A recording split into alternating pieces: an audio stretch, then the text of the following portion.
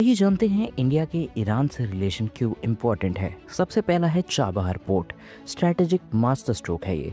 Chabahar port India के लिए सिर्फ एक पोर्ट नहीं है बल्कि एक जियोपॉलिटिकल गेटवे है।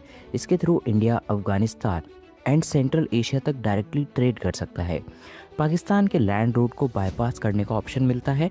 ये प्रोजेक्ट इंडिया की रीजनल इन्फ्लुएंस बढ़ाता है। इसलिए ईरान के साथ स्टेबल रिलेशन इंडिया के स्ट्रैटेजिक प्लान्स के लिए जरूरी है। Oil and energy security. Iran पहले इंडिया के टॉप ऑयल सप्लायर्स में से एक था। बाद में यूएस सैंक्शंस की वजह से इंडिया ने इंपोर्ट रिड्यूस कर दिए, लेकिन ईरान के पास ह्यूज ऑयल और गैस रिजर्व्स हैं। फ्यूचर में अगर सैंक्शंस कम होते हैं तो ईरान फिर से इम्पोर्टेंट एनर्जी पार्टनर बन सकता है। इंडिया जैसे ग्रोइंग इकोनॉमी के लिए एनर्जी सिक्योरिटी बहुत क्रिटिकल है।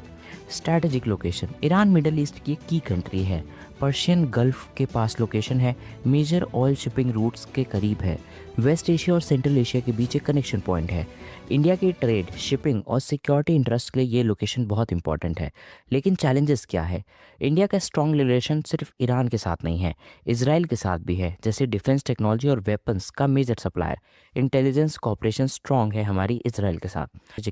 यूनाइटेड स्टेट्स इंडिया का एक स्ट्रैटेजिक पार्टनर है।